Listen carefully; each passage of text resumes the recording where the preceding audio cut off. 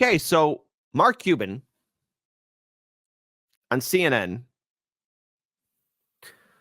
calls Donald Trump and Trumpers. Listen, to my loyal viewing audience of the Trump side, you know I love you guys, but you know what? I should have done like a, hey, viewer discretion should be advised. Mark Cuban calls your boy, your ace in the hole, your main man, your number one guy, Donald Trump, a socialist. That's right. The Uno card has been given and it's in reverse. Now, Trumpers, all of you are socialists. Every single one of you. Shut up. Shut up. Shut up. That's right. Donald Trump is a socialist. He's a socialist according to Mark Cuban. Now you know how it feels. Now all of you are socialists. Bernie bros. Every single Bernie Sanders supporter was a straight white male. Anybody who's black or Latino or a woman, they didn't get the memo. Mark Cuban calls Trump a socialist. Now, okay, hey, listen, you don't have to believe me. You don't have to believe me at all. Because I got to tell you, this election cycle isn't disappointing. And, a lot of stuff has been going on with me this year, but I got to tell you, I'm really enjoying the humor. So congratulations, Trumpers, all you Trump people. You're now socialists. You're one of us now. Well, actually, I'm not a socialist. Well, I'm independent, but I've had Trumpers call me a communist. I had communists call me a fascist. What am I? Nobody knows anymore. What is a socialist? Mark Cuban is going to tell you it's Donald Trump. Matter of fact, I'm going to make it my rule. When the new dictionary is written, I want the word socialist there, and I want a picture of Donald Trump right underneath it. Recent Harris campaign call, you compared policy proposals made by Trump to those from independent Senator Bernie Sanders, who's a socialist. What do you mean? Well, it was a race for socialism, right? Bernie said that credit card companies should cap their interest rates at 15%. Donald Trump, being the socialist that he is, had to... What? Oh, heaven forbid. Won't anybody think of the credit card corporations? Hey, folks. How do you feel about the credit card corporations? Type 1 for KIT. Those are serious institutions that are important to our economy. And we can't have mean socialists like Bernie Sanders or Donald Trump, the next Stalin, Mao Zedong, Pol Pot, Kim Jong-un. We can't have those people messing with the credit card corporations. Type 2, man, Jesus Christ, man. Now we got people defending credit card corporations. What kind of world are we living in now?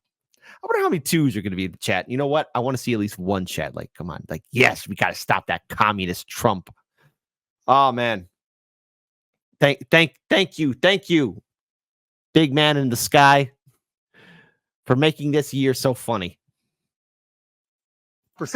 Donald Trump, being the socialist that he is, had to beat Bernie. So Donald Trump went out and recommended that interest rate caps be set to 10%. The fact that he's even suggesting price controls and price caps is socialism 101. You haven't heard that from the vice president. You have heard that from Donald Trump. Look, again, politicians say whatever they want, right? They make promises on the campaign trail and they never follow through. I don't know if Trump wants to make our lives better with the credit card corporations. Fine. Do I see that happening? No, because the whole system is designed to make us all broke so we own nothing and be happy. I'm sorry. We got to rewind this again one more time. Donald Trump, the socialist. Donald Trump, the socialist. Well, that wasn't on my bingo card, but so be it. Their interest rates at 15%. Donald Trump, being the socialist that he is, had to beat Bernie. So Donald Trump went out and recommended that interest rate caps be set to 10%. The fact that he's even suggesting price controls and price caps is socialism 101. You haven't heard that from the vice president. You have heard that from Donald Trump. Well, I mean, then how things do have you changed. interpret? What can I say? How do you interpret what she's doing in terms of price gouging, taking on price gouging by food companies? Because a lot of critics have said that is a form of price controls. I'm glad you asked me that, Jake, because taking on price gouging is not price controls. She's not saying what the price of tomatoes should be. What she's saying is when there's a crisis, and there will be other crises, there'll be hurricanes, there'll be or another disease. What? There'll be another crisis? Man, the amount of defense people are doing for Kamala, and don't worry, we're going to get to Kamala's big interview. I hope none of you are going to suffer from brain damage when we play that part for the show. tornadoes, there'll be floods, there'll be other disasters. And when those disasters happen, she wants to be in a position to be able to say, no, you can't jack up those prices by 40%. You have to stay within a particular realm, a particular guideline. And by the way, there are already 37 states that have similar guidelines. All she's doing is saying, we're just going to make that a national law. So that's certainly not price caps or price controls at all. Donald Trump, on the other hand, is the king of price caps. All right, Mark Cuban, always good to see you, sir. Thanks so much. Smiling. Donald Trump's a socialist. Well done, Trumpers. Now, the mandatory homework assignment for everybody who's part of the Donald Trump campaign 2024. You have to read the Communist Manifesto now. That is your homework assignment.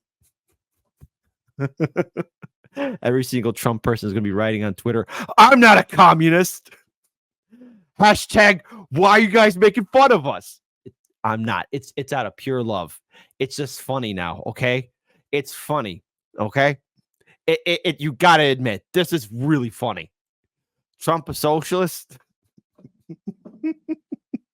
to be the person in the room to deliver that message to Trump, like, hey, Mark Cuban just called you a socialist, Trump. He's like, what? That evil Mark Cuban. I'm going to deport him back to Cuba, and we'll see what he has to say about that. He wants to call me a socialist, but then he's going to go to socialist land in Cuba.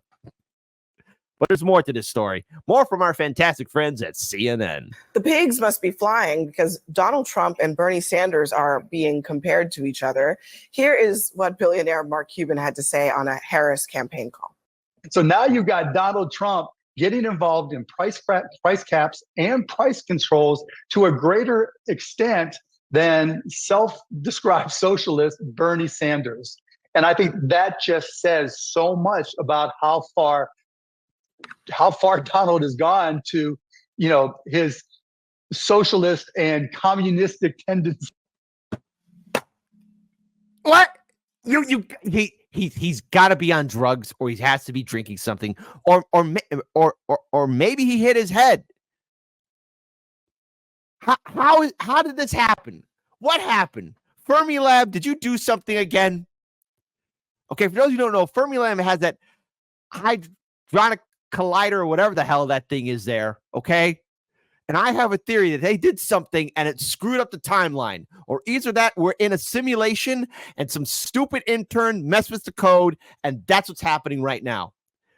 Because if this is truly real life, on one hand, I'm laughing. On the other hand, let's embrace the madness.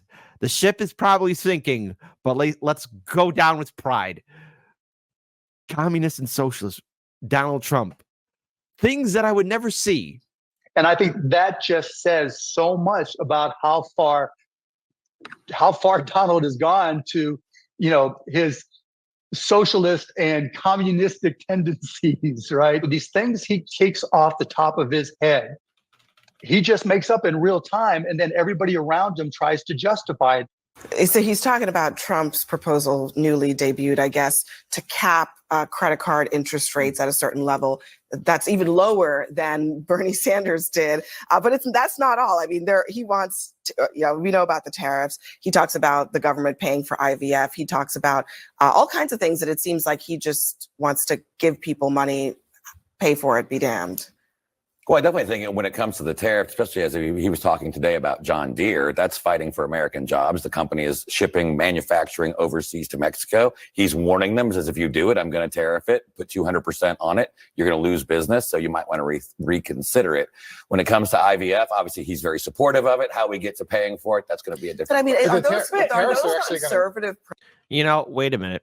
There's something people tend to forget, okay? Now, again, don't think too much into this, but it is rather interesting in regards to how this conversation took place. But during the early days of the Trump presidency between 2016 and 2020, I think during his first year, Trump did speak to his advisors about healthcare and why it's so expensive for the average American. And there was the talk of, well, maybe making things more affordable, maybe a quasi Medicare for all, something in that nature, right? And the thing is, it was a serious conversation to which his entire campaign or his entire administrative staff dismissed it, told him to ignore it. Now, we have to be very clear, what a lot has changed since the first Trump term and up until now. Things have gotten really expensive. Americans are still suffering from the 2020 pandemic. So many Americans are in credit card debt. So many Americans are in debt in general. And we are stuck with this. Now, unfortunately, for a lot of us, we need to remember that as we push forward, especially in regards towards the American people surviving in this neoliberal nightmare, if there is to be a country, a nation, that its people have to thrive and survive. Now, I'm not expecting Donald Trump to be the end-all, be-all savior. Never put your stock into a politician, okay? No politician is going to stick their necks out for the people. And if we look at the billionaire class, those in the top 1%, many studies have shown that a lot of them are, well, not really good in the head. And I just don't mean crazy by doing all that booger sugar, but I mean also being downright like a Patrick Bateman, okay? They look normal, but underneath it all, they are monsters. But notice how quick corporate media is quick to vilify Trump when he's even bringing up the attempt or even him talking or making a promise about making things a little bit easier. Now Donald Trump is getting the Bernie Sanders treatment. Now he's being called a socialist and a communist. This is how you know corporate media isn't serious, because they're putting words to a man who doesn't even represent anything in regards to that theory. Donald Trump's whole life, if you've been living under a rock, I, like many of you who watch TV, especially before the internet became what it was, Donald Trump's whole MO was making money. MONEY. Money, money, money. Oh, wait. And more money. Oh, wait. And hey, add in some more money there, too. But somehow now he's a communist and a socialist. Congratulations, Trumpers. I'm so proud of all of you. Principle, like, I mean, I think that's the question, is like, are those actually conservative principles? But also, how are you going to pay for it actually matters. Like, where are the I hear a lot from Republicans about where are the specifics, where are the specifics, where are the details? Because I'll tell you what economists are saying is everything he is laying out. It's like, you get a car and you get a thing. Oh, I met with the vape lobbyist. I'm going to be supportive of vaping. Oh, I met with the oil and gas. Oh, I'm going to give you a cabinet seat. I mean, it's like everybody's going to get something. He's not saying how he's going to pay for it or how it would actually work when he does mass deportations, tearing kids from their families, I guess, again. But all of the economists are saying it will increase inflation. We got inflation under 3% finally.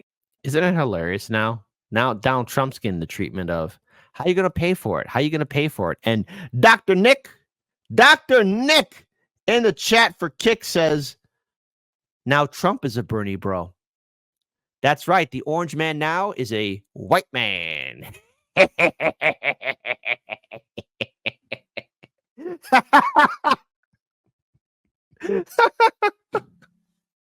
During the weekend, I got a memo right now.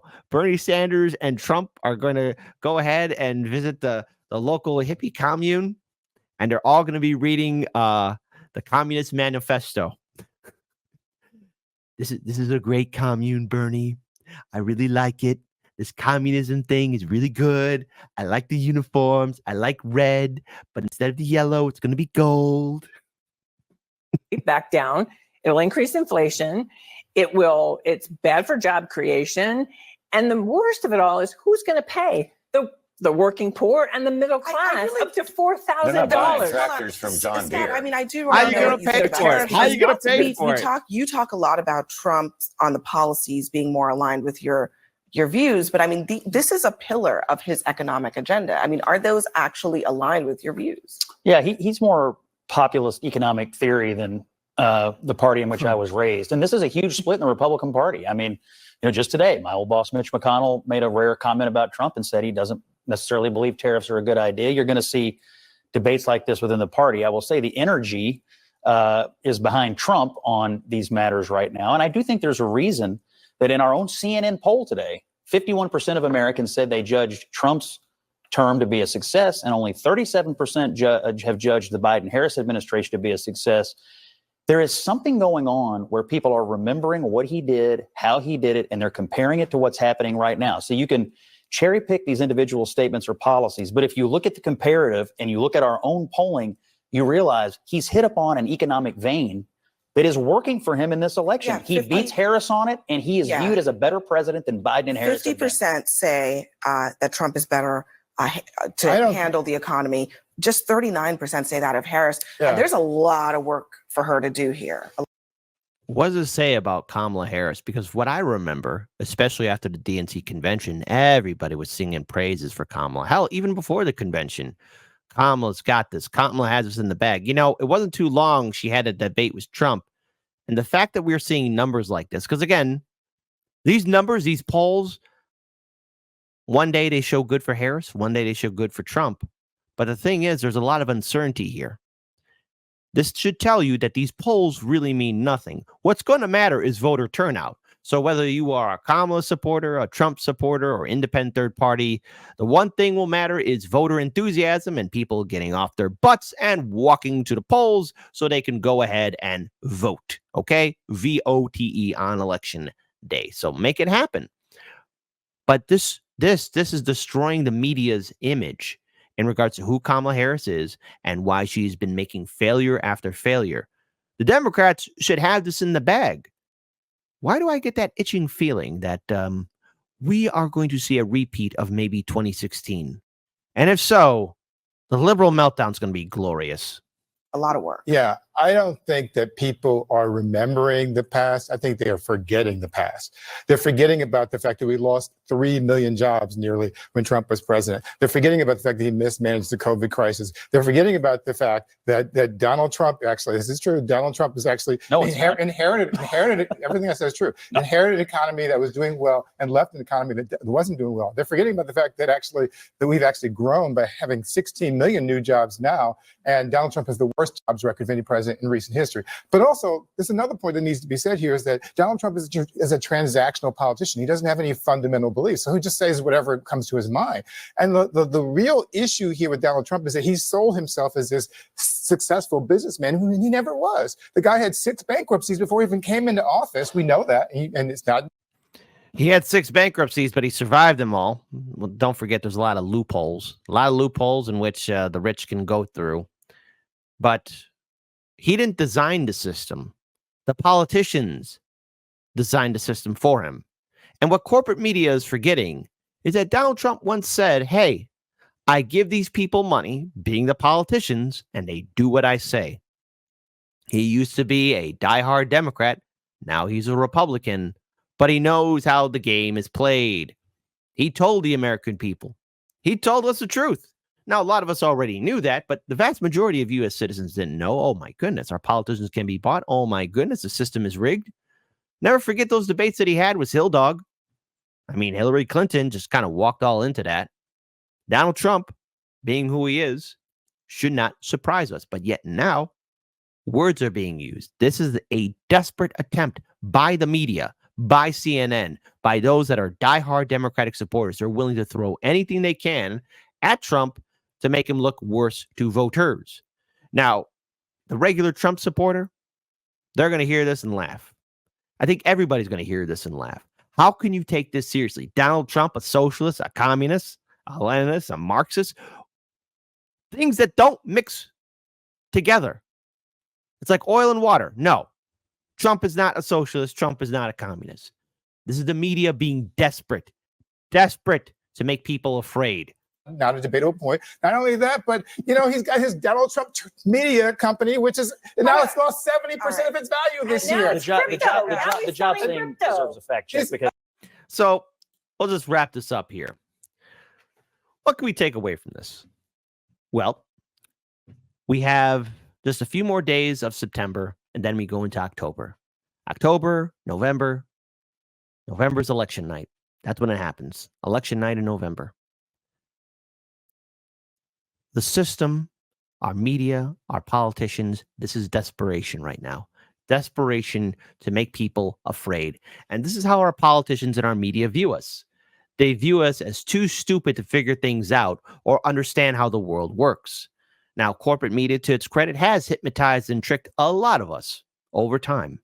And I like to think that as we continue to progress forward, more people are waking up and unplugging themselves from the propaganda that is CNN or MSNBC or Fox News. But this is a sign of a movement within the Democratic Party and corporate media as trying to get people to believe in a false propaganda of Trump being a socialist. That's never going to happen. It's not true at all. Words that don't mix. But if anything, we here at Hard Lens Media have to say to the Trump people, don't cry. It's okay. It's okay. The media called you guys communists and socialists. The media's been calling progressives mean things as well. It's okay. We here at Hard Lens Media, if you need a shoulder to cry on, oh no, corporate media, they called Trump a communist. It's okay. It's okay. He's not a communist. It's okay. It's okay. But congratulations. It's the funniest thing I've ever seen. It's pure gold, and I love it. Thank you. Thank you, who's ever messing around with the algorithm or Fermilab, if it was you. Well done. This timeline, it isn't the worst. It's the most disappointing and at the same time, the most hilarious.